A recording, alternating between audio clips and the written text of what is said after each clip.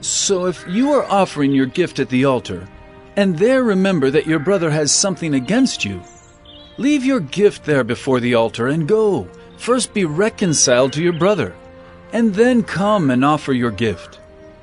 Come to terms quickly with your accuser, while you are going with him to court, lest your accuser hand you over to the judge, and the judge to the guard, and you be put in prison. Truly I say to you, you will never get out until you have paid the last penny.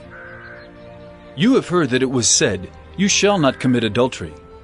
But I say to you, that everyone who looks at a woman with lustful intent has already committed adultery with her in his heart.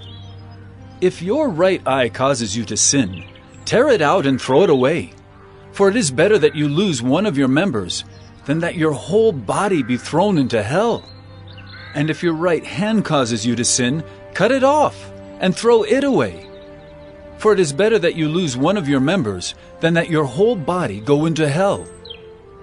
It was also said, whoever divorces his wife, let him give her a certificate of divorce. But I say to you that everyone who divorces his wife, except on the ground of sexual immorality, makes her commit adultery, and whoever marries a divorced woman commits adultery. Again you have heard that it was said to those of old, you shall not swear falsely, but shall perform to the Lord what you have sworn. But I say to you, do not take an oath at all, either by heaven, for it is the throne of God, or by the earth, for it is his footstool, or by Jerusalem, for it is the city of the great King. And do not take an oath by your head, for you cannot make one hair white or black. Let what you say be simply yes or no. Anything more than this comes from evil. You have heard that it was said, an eye for an eye, and a tooth for a tooth. But I say to you, do not resist the one who is evil.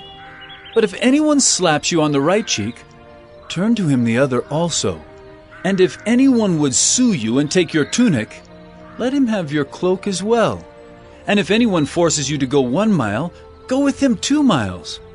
Give to the one who begs from you, and do not refuse the one who would borrow from you.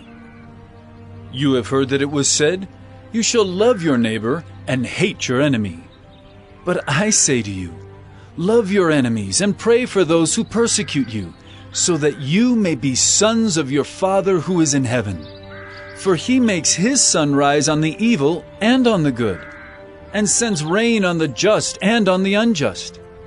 For if you love those who love you, what reward do you have? Do not even the tax collectors do the same?